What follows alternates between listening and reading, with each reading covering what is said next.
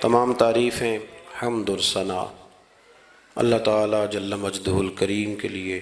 درود و سلام نبی اکرم نور مجسم شفیع معظم احمد مجتبیٰ جناب حضرت محمد مصطفیٰ صلی اللہ تعالیٰ علیہ وسلم کی ذات والا صفات کے لیے حمد و صلات کے بعد، عزیز دوستو، بزرگوں، بھائیوں، اللہ تبارک و تعالیٰ نے قرآن حکیم میں نبی رحمت صلی اللہ تعالیٰ علیہ وسلم کی عظمتوں کا، شانوں کا، بلندیوں کا ذکر فرمایا ہے۔ امت مسلمہ نے اور امت کے مفسرین نے، علماء نے نبی پاک صلی اللہ تعالیٰ علیہ وسلم کی ہر عظمت پر، سید عالم صلی اللہ تعالیٰ علیہ وسلم کو عطا کی گئی ہر شان پر تفصیل سے کلام فرمایا۔ ہمارے بزرگوں نے سید عالم علیہ السلام کی عظمتوں کو کھول کھول کر امت کو سنایا اور بتایا، لیکن پھر بھی بہت سارے پہلو تشنا ہیں، اور جیسے جیسے وقت گزرتا جائے گا امت تک حضور سید عالم علیہ السلام کی عظمتوں کو پہنچایا جاتا رہے گا اور لوگ اس سے استفادہ کرتے رہیں گے۔ قرآن مجید میں اللہ تعالیٰ نے ارشاد فرمایا کہ یا ایھا النبی انا ارسلناک شاہدا ومبشرا ونذیرا، اے محبوب علیہ السلام، بے شک ہم نے آپ کو گواہ بنا کے بھیجا ہے، خوشخبری دینے والا بنا کے بھیجا ہے، اور ڈر سنانے والا بنا کے بھیجا۔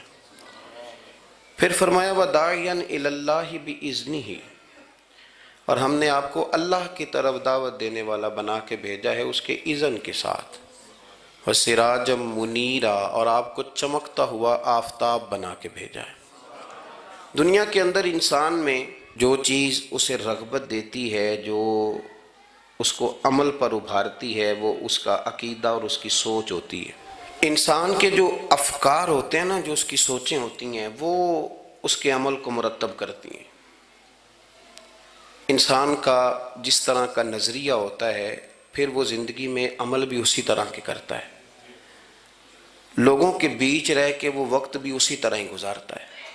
قریش مکہ اور حضور سید عالم صلی اللہ تعالیٰ علیہ وسلم سے جو پہلے کے لوگ تھے، ان کے افکار بہت ساری خرابیوں کا شکار ہو گئے تھے، فکری کمزوریاں پیدا ہو گئی تھیں، مختلف قسم کی اوہام پرستی کا وہ شکار تھے، توہمات میں الجھ گئے تھے۔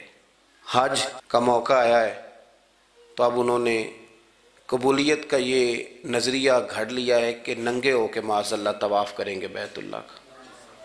قربانی کا موقع آیا ہے تو جانوروں کا خون دیواروں کے ساتھ لگائیں گے خانہ کعبہ کی۔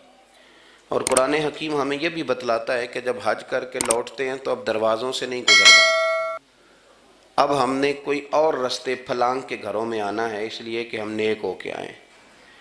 تو مختلف قسم کی توہمات انہوں نے گڑھ لی تھی، اللہ تبارک و تعالیٰ کی ذات کے بارے میں بھی، انبیاء کرام علیہ السلام کے بارے میں بھی۔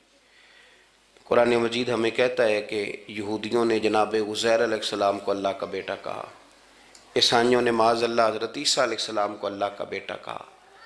تو افکار کے اندر جب انسان کے بہت زیادہ خرابیاں آ جاتی ہیں، یعنی ایک آدمی کا ذہن بن گیا نا سارے لوگ چور ہی ہیں، تو پھر کسی سے دوستی کرنا، کسی کے ساتھ چلنا، وقت گزارنا اس کے لیے دشوار ہی نہیں، محال بھی ہو جاتا ہے۔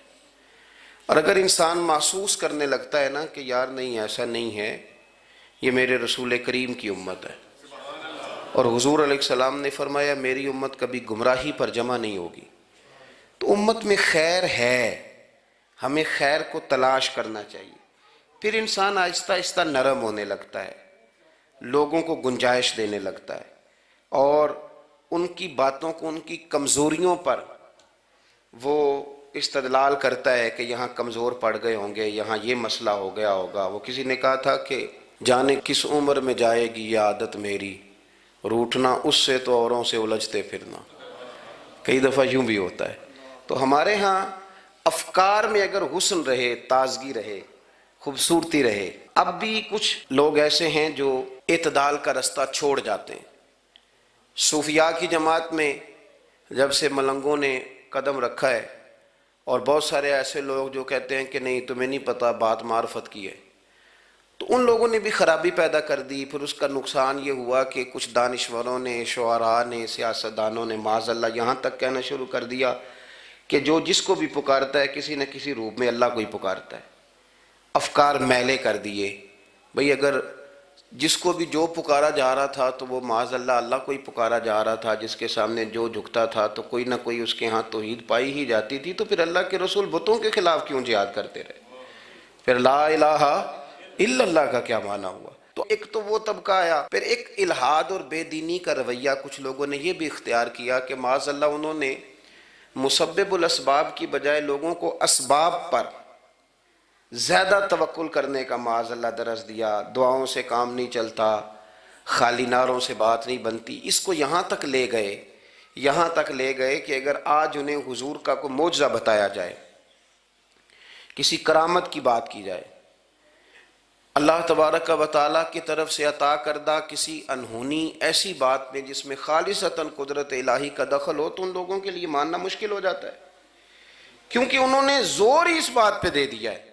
تو ان سارے رویوں کے اندر ہمیں پھر پلٹ کر انہی تعلیمات کی طرف توجہ کرنی ہوگی جو مدینے والے محبوب نے ہمیں عطا فرمائی، جو حضور نے عقائد اور نظریات کا حسن ہمیں عطا فرمایا۔ یہ میرا دور گھبرائے ہوئے لوگوں کا دور ہے، پریشان لوگوں کا دور ہے۔ ڈپریشن کے مریضوں کی تعداد 65% تک پہنچ گئی ہے۔ اس قدر زیادہ لوگ ڈرے ہوئے، پتہ نہیں کیا ہوگا۔ جو غریب ہو گیا وہ جانتا ہے شاید کبھی بھی میرا ہاتھ نہیں پڑے گا، جو بیمار ہو گیا وہ سمجھتا ہے کہ شاید کبھی تندرست نہیں ہوگا۔ تو کمزوری آ گئی اور تیزی کے ساتھ آئی۔ ٹی وی پہ بیٹھے لوگوں نے بھی کمزور کیا۔ پھر ایک تعویذ دھاگے والے تھے، انہوں نے بھی کہہ دیا تینوں کسی نے کچھ کیتا ہے۔ او بھئی کنے کیتا ہے؟ کہندا ہے دا مینوں حکم ہی نہیں، مینوں تے شرارت دا حکم سی وہ میں کر چھڑی، تینوں کسی نے کچھ ہے۔ اب تو سوچتا رہ، جتنے تیرے دشمن ہیں تو ان کی لسٹ بنا لے۔ تو شرارتیں ہوئیں، لوگ کمزور ہوئے، افکار کے اندر کمزوری آئی۔ رسول کریم صلی اللہ علیہ وسلم لوگوں کو طاقتور کرتے، توکل کا درس دیتے، توحید باری تعالیٰ کے ستھرے جذبے حضور اپنے غلاموں کو عطا فرماتے، ان کی فکری حضور تربیت فرماتے، فکری۔ اللہ کے رسول صلی اللہ علیہ وسلم غار ثور میں موجود ہیں، ساتھ سیدنا صدیق اکبر رضی اللہ تعالیٰ عنہ۔ کفار جو گرفتار کرنے والے تھے، پیچھے لگے ہوئے تھے، وہ غار ثور کے دروازے تک آ گئے۔ جس طرح ڈاکٹر بول دیتا ہے، وہ کہہ دیتا ہے کہ اب جناب مشکل ہے، اگلے ہفتے آپ چلے جائیں گے، تو وہ جو کمزور لوگ ہیں انہوں نے اگلے ہفتے کیا جانا ہوتا ہے، وہ جب ڈاکٹر بتاتا ہے اسی وقت ہی فوت ہو جاتے ہیں۔ وہ کہتے ہیں اگلا ہفتہ تو لیٹ ہے، اسی وقت ہی سمیٹ لیتے ہیں سامان سفر۔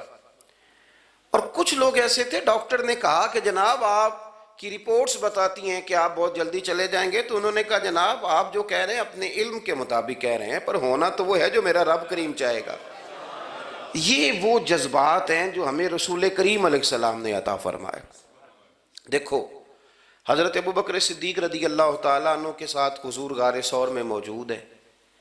کفار جو گرفتار کرنے والے ہیں وہ دروازے تک آ گئے، بالکل دروازے تک۔ جناب صدیق اکبر رضی اللہ تعالیٰ عنہ ان کو دیکھ کر تھوڑا سا گھبرائے، اپنے لیے نہیں، ذات مصطفیٰ کے لیے گھبرائے، کہیں حضور کو کوئی تکلیف نہ پہنچ جائے، تھوڑا گھبرائے۔ یا رسول اللہ وہ تو قریب آ گئے، اور اگر انہوں نے پیروں کی جانب جھک کر دیکھا تو وہ تو ہمیں دیکھ لیں گے۔ بالکل سرانے پہنچ گئے، یہ آ گئے، کھڑے ہو گئے، اور درمیان میں پردہ کیا ہے؟ مکڑی کا جالا، اور مکڑی کا جالا پھونک سے بھی اڑ جاتا ہے، تو مکڑی کا جالا بیچ میں۔ حضور وہ تو پہنچ گئے، ذرا جھک کر کے دیکھیں گے تو وہ تو ہمیں پکڑ لیں گے۔ اب یہ وقت تربیت ہے، اور وہ تربیت جو محبوب نے اپنے اس عظیم صحابی کی فرمائی، اس تربیت کو میرے رب کریم نے قرآن مجید میں بیان فرمایا۔ حضور فرماتے ہیں